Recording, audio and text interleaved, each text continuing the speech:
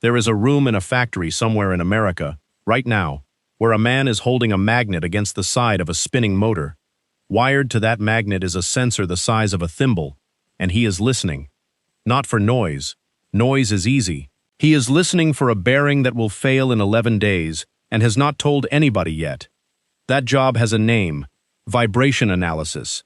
And the first thing a man who does it for a living will tell you permanently changed how I look at a fishing rod. He does not care what the motor cost.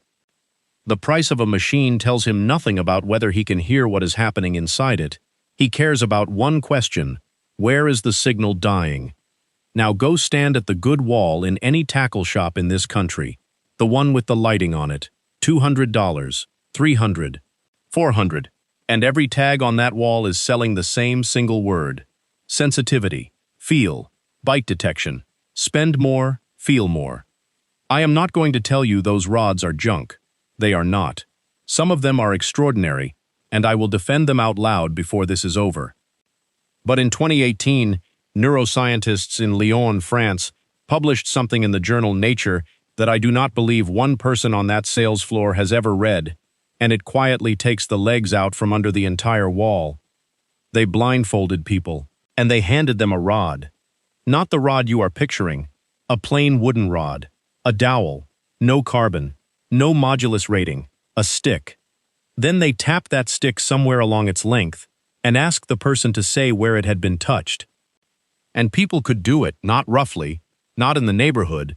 They could locate a touch out on a piece of wood about as accurately as a touch on their own arm, because the rod itself converts the location of an impact into a pattern of vibration, and the human hand reads the pattern.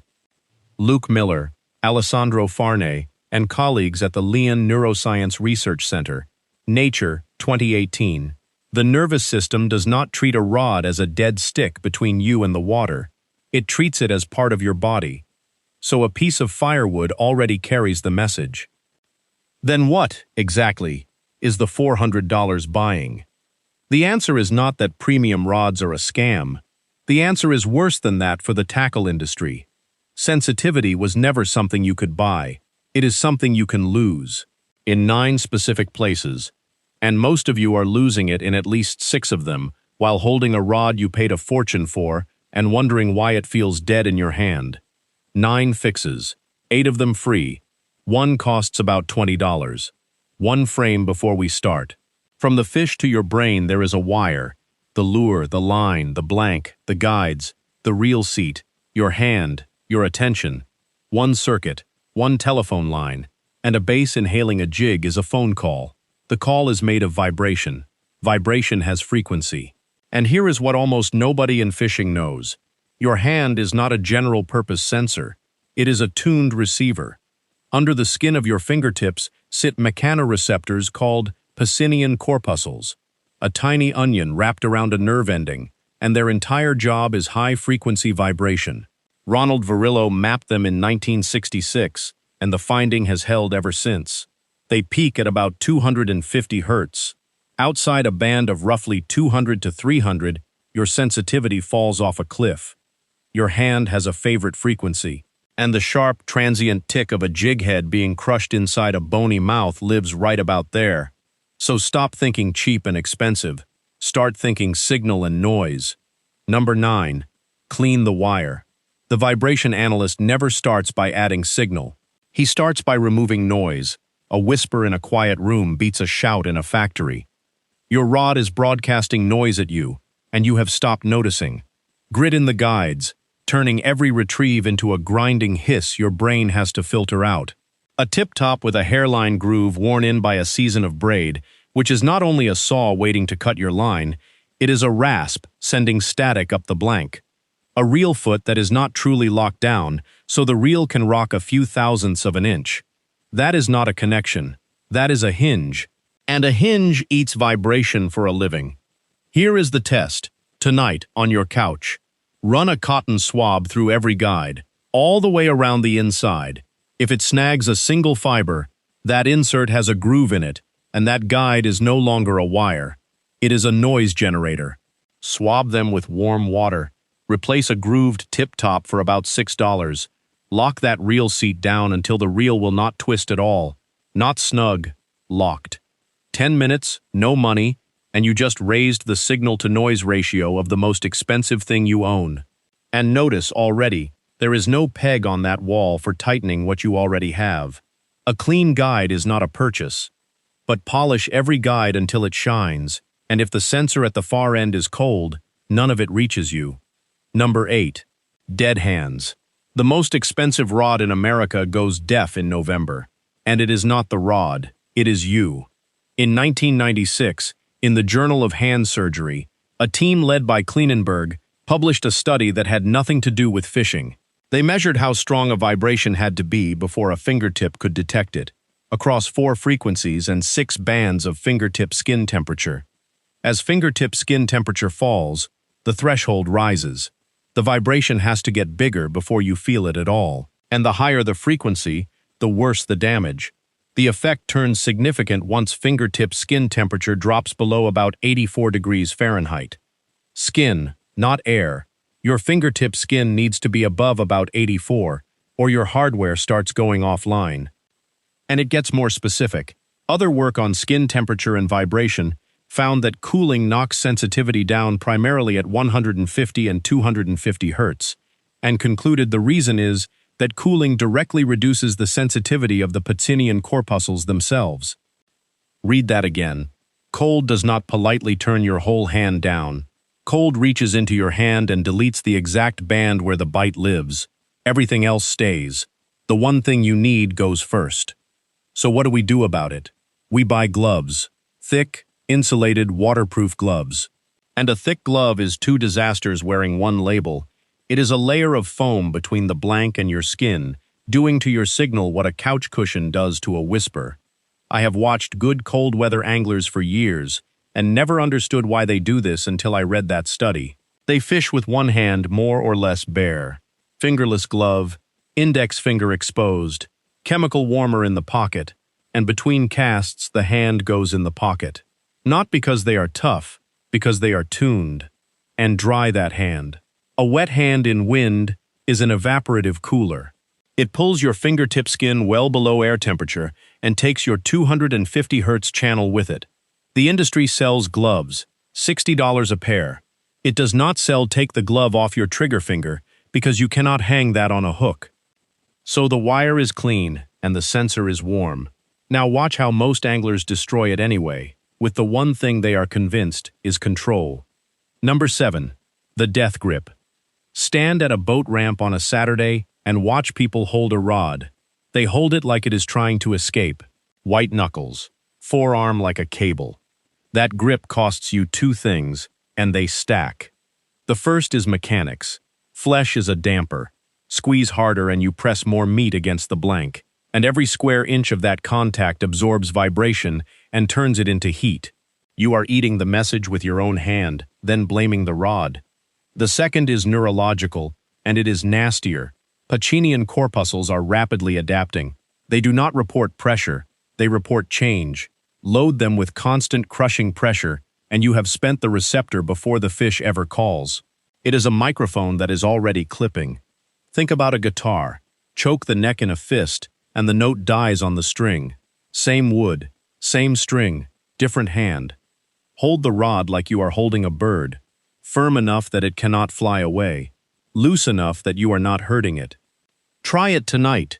Grip a rod as hard as you normally do and have someone flick the tip. Then relax to the bird grip and have them flick it again. Same force. 2 different rods. It was always 2 different rods. And one of them you already own. And then there is the place where anglers bury the signal on purpose while believing they are being efficient. Number 6. Stop wearing your rod. Watch people drag a jig or work a drop shot and count how many have the butt tucked under an armpit, laid along a forearm, braced against a gut. You just added a second damper, and this one is enormous, and it is made of body. And notice when we do it. Jigging, dragging, dead sticking, drop shotting. The exact presentations where the signal is smallest are the ones we perform with the receiver pressed against 180 pounds of soft tissue. The rod industry has known this for decades. It is precisely why split grips exist, and why skeleton reel seats with an exposed blank window exist. They engineered around the problem, then charged you a premium for the solution. The free version. Hold the rod. Do not wear it. Choke up so your hand is at the reel seat and the butt floats in the air. Yes, it is more tiring. That fatigue is the price of hearing. Pay it. And one cheap thing. If your rod is tip-heavy, you will tuck it and squeeze it every time, without ever deciding to, because your forearm is fighting a lever all day. Tape a stack of quarters, or a lump of tungsten putty, inside the butt cap of the rod you already own, and move the balance point back yourself. Cost, approximately nothing. And every rod company on Earth would rather you did not know that. Now here is the one that sounds insane, right up until it does not. To feel more, you have to look less. Number 5. Look away.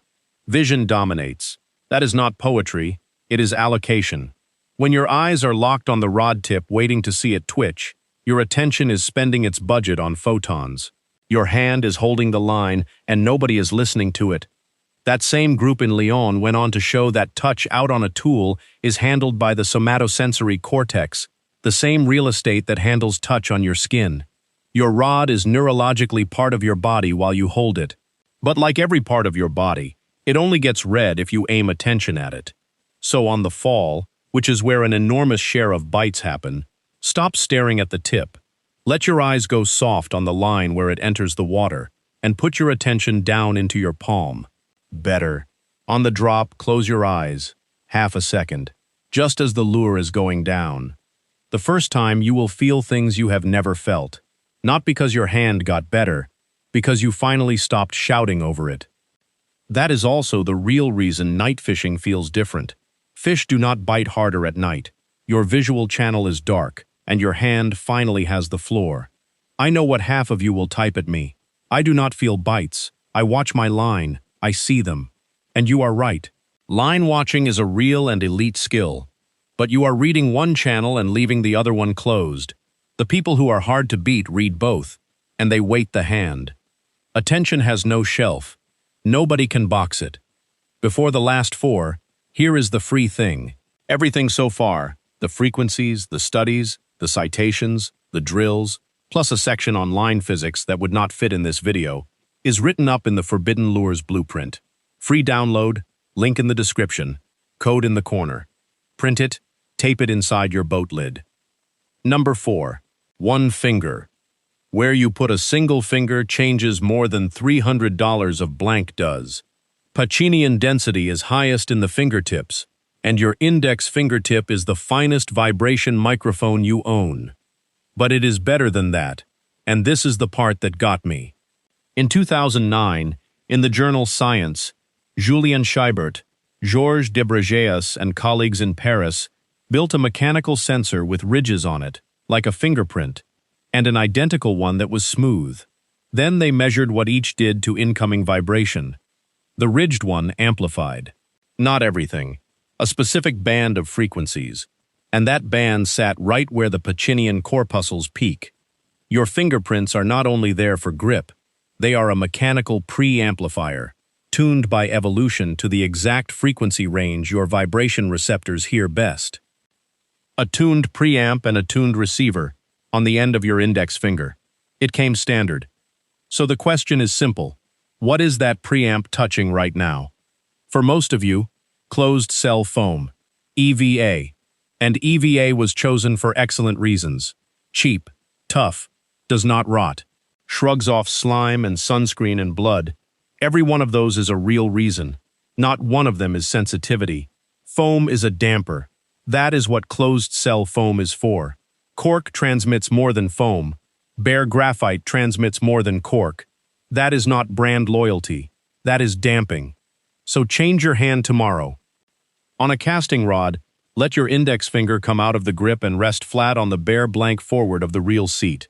Rest. Do not press.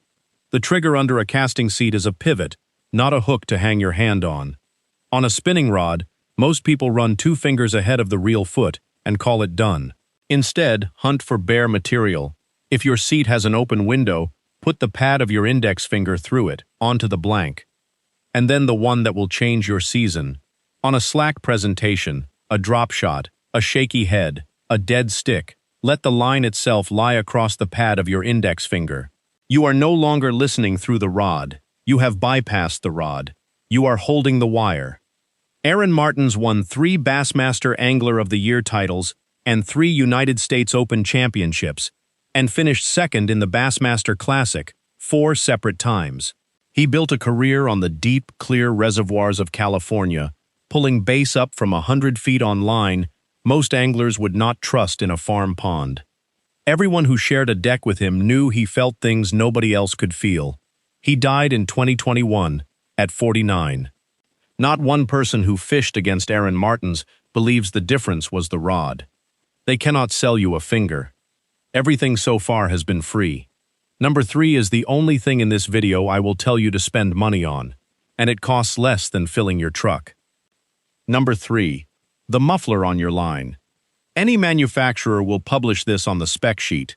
Nylon monofilament typically stretches somewhere in the range of 1/4 to 1/3 of its own length before it breaks. Those are manufacturer-published figures, not numbers I measured.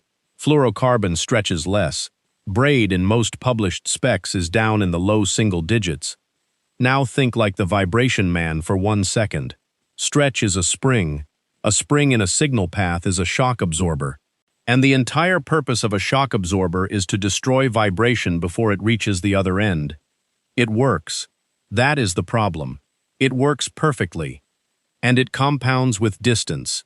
20 feet of stretchy line, you will probably still get the message.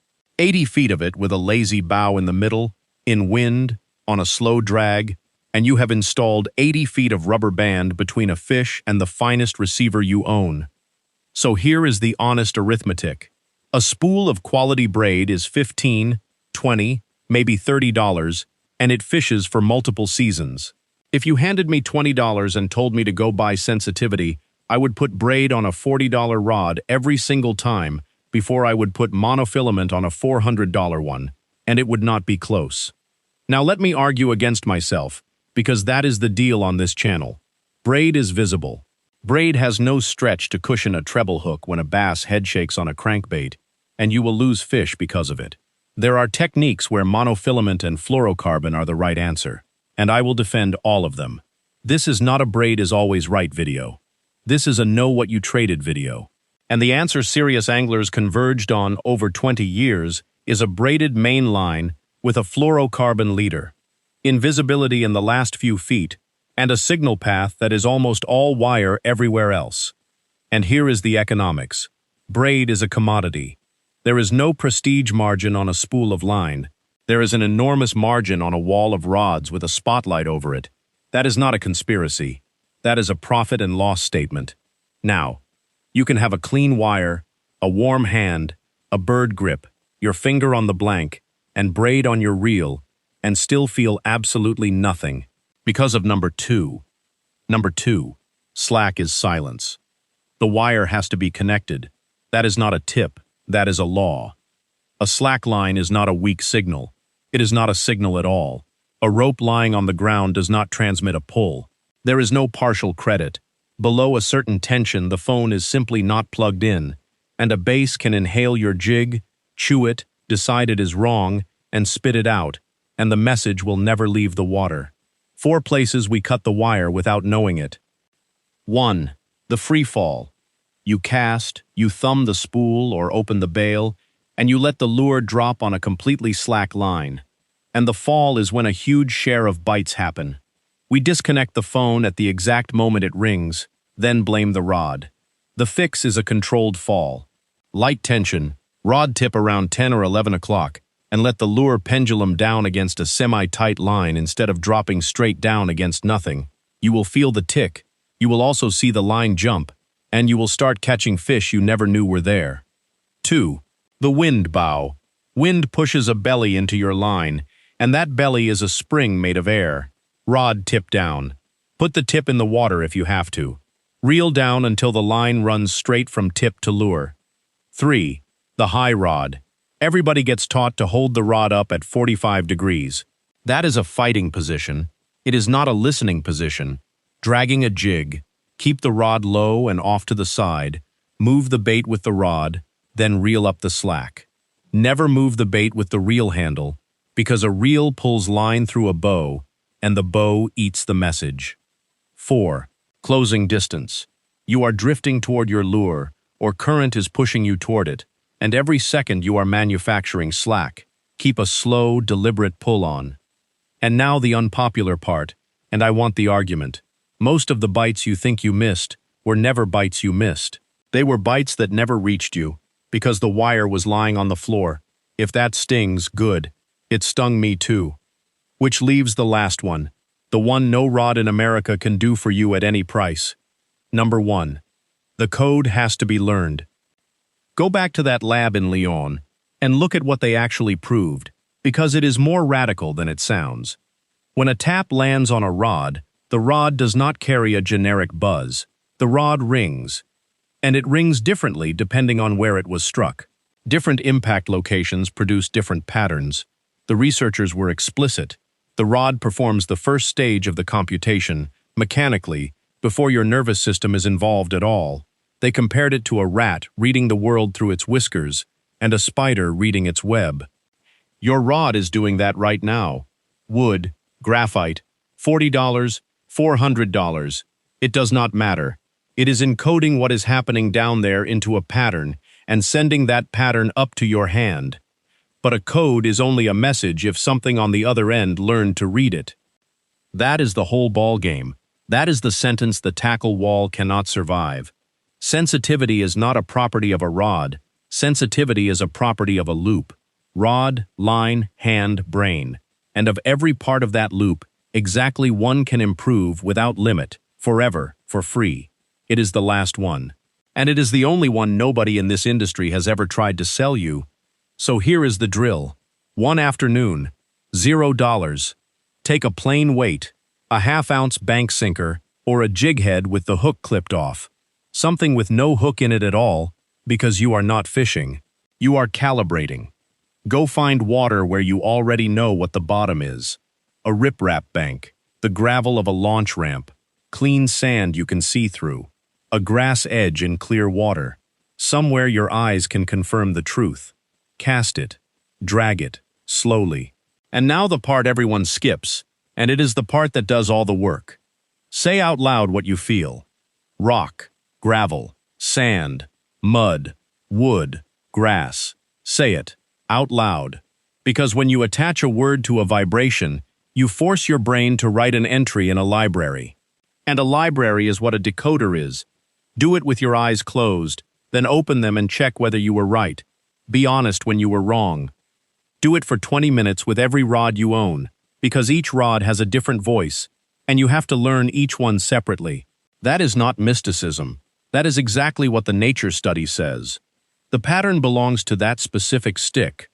Here is what happens after an afternoon. You stop feeling something. You start feeling rock, and gravel, and mud, and grass. And the seam where gravel turns into rock, which is a spot, and the hole in the grass, which is a better spot. And then one day something arrives that is not on the list, something soft, something weightless, a tick with no bottom underneath it, a tap from the wrong direction. And you will not think about it. Your hand will set the hook before your brain has a word for what happened, because a trained decoder does not deliberate. It recognizes. That is not talent. Talent is the story people tell about a library they did not watch you build. Rick Clunn has won the Bassmaster Classic 4 times. He is the only angler ever to win it in 3 different decades. He won an Elite Series event at 69 years old. And on his own Bassmaster profile page, his listed signature strength is not a rod and not a lure. It is 5 words. Trusting my intuition over intellect. He has spent 40 years telling this sport that the mental side is the sport. And for 40 years, the industry's answer has been to build a bigger wall and put more rods on it. You cannot patent a trained nervous system. You cannot re-release it next spring in a new color with a new coating and a new endorsement. It has no barcode, no peg, no seasonal refresh. It is the highest return upgrade available to any angler alive, and it will never appear in a catalog for as long as this sport exists. Not because somebody is hiding it, because nobody makes money teaching you something you only have to learn once. So let us settle up honestly, because I refuse to sell you a different lie than the one they sold you. What does $400 actually buy? It buys faster recovery, so the blank stops ringing from your own movement sooner, and less of your noise sits on top of the fish's signal. It buys lower weight, which is not about your wrist, it is about your grip, because a lighter rod is one you can hold loosely for 8 hours instead of tensing up by hour 3. And it buys tolerance. The rod you receive is the rod they designed. All 3 are real, and for somebody fishing for a paycheck, chasing the last 3%, they are worth every dollar. I will not walk that back. But look at the shape of it. Every one of those benefits is an amplifier. And an amplifier only helps a signal that survived the other 9 steps to reach it. Buying a better amplifier while your wire is on the floor, your hand is frozen, your grip is a vice, your finger is on foam, and your line is a rubber band, is not an upgrade. It is a receipt. The man in that factory does not buy a more expensive sensor when he cannot hear the bearing. He asks the only question that has ever mattered. Where is the signal dying? 9 places, 8 of them free, 1 of them $20, and not one of them is on that wall. Because a loose grip has no margin, a warm finger has no margin, a tight line has no margin, and an afternoon spent dragging a sinker across gravel with your eyes shut has no margin at all. That is the only thing forbidden has ever meant on this channel. Not secret, not hidden, just unprofitable. So before you spend $1 more on feel, spend 1 afternoon. Then come back and tell me the truth about what you found, including if you think I am wrong. And give me the argument I actually want. Index finger on the blank, or not on the blank. I have watched grown men fight about that at boat ramps for years, and never once heard an answer that was not tradition wearing a hat. Give me yours, and tell me why. And one more, because I mean this one. Somebody taught you what a bite feels like. A father, an uncle, a guide. Some old man on a dock who never told you his name. Put him in the comments. Tell me what water it was, and what he said to you. Those are the only rod reviews that have ever mattered, and they are the ones nobody ever writes down. Last thing, and it is not a formality, check your state and local regulations before you fish. Seasons, limits, and protected species change, and they change from one body of water to the next. Know the rules for the water you are standing in. If you are the kind of angler who would rather understand the machine than replace it, you already know where you belong. Now go warm up your hands.